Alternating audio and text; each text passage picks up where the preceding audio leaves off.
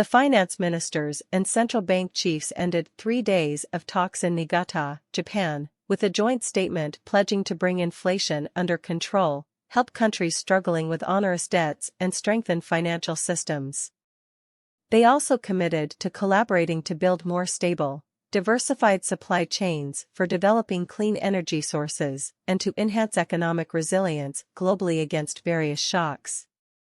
The statement did not include any specific mention of China or of economic coercion in pursuit of political objectives, such as penalizing the companies of countries whose governments take actions that anger another country. Talk this week of such moves by China had drawn outraged rebukes from Beijing.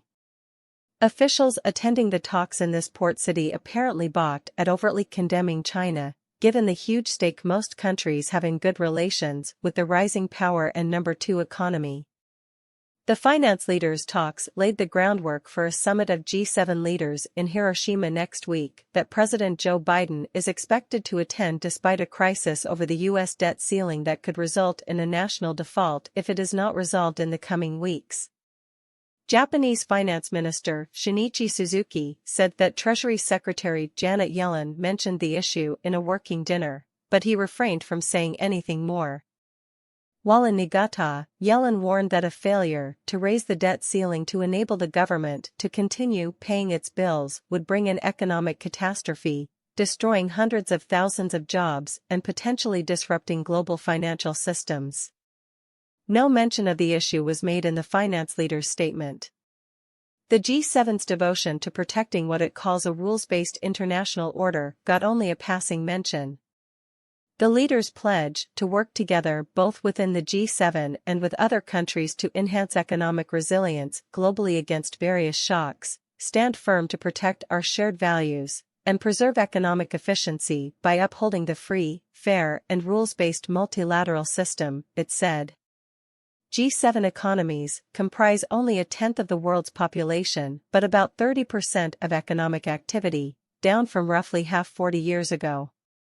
Developing economies like China, India, and Brazil have made huge gains, raising questions about the G7's relevance and role in leading a world economy increasingly reliant on growth in less wealthy nations. China had blasted as hypocrisy assertions by the U.S. and other G7 countries that they are safeguarding a rules-based international order against economic coercion from Beijing and other threats. China itself is a victim of economic coercion, Chinese Foreign Ministry spokesperson Wang Wenbin said Friday. If any country should be criticized for economic coercion, it should be the United States. The U.S. has been overstretching the concept of national security, abusing export controls and taking discriminatory and unfair measures against foreign companies, Wang said in a routine news briefing. China accuses Washington of hindering its rise as an increasingly affluent, modern nation through trade and investment restrictions. Yellen said they are narrowly targeted to protect American economic security. Despite recent turmoil in the banking industry, the G7 statement said the financial system was resilient thanks to reforms implemented during the 2008 global financial crisis. Nevertheless, we need to remain vigilant and stay agile and flexible in our macroeconomic policy amid heightened uncertainty about the global economic outlook, it said. Meanwhile, inflation remains elevated and central banks are determined to bring it under control, it said. Since prices remain sticky, some countries may seek continued rate hikes, said Kazuo Ueda, Japan's central bank governor. The impact of the rate hikes has not been fully realized, he told reporters. Japan won support for its call for a partnership to strengthen supply chains to reduce the risk of disruptions similar to those seen during the pandemic, when supplies of items of all kinds, from medicines to toilet paper to high-tech computer chips, ran short in many countries. Suzuki said details of that plan would be worked out later.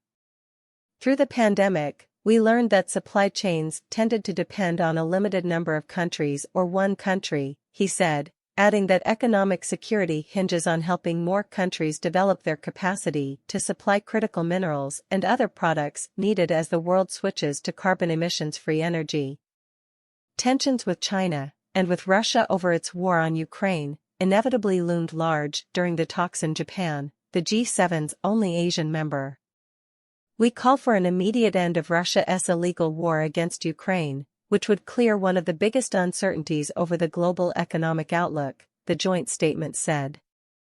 The financial leaders took time to listen to ideas on how to focus more on welfare in policymaking, rather than just GDP and other numerical indicators that often drive decisions with profound impacts on people's well-being.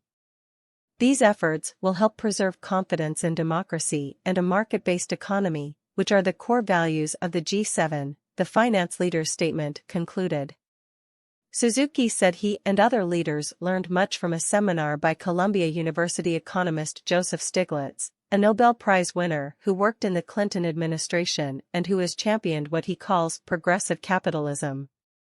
It's a very interesting view, Suzuki said, adding that so far, we've been mostly focused on GDP and other numerical indicators.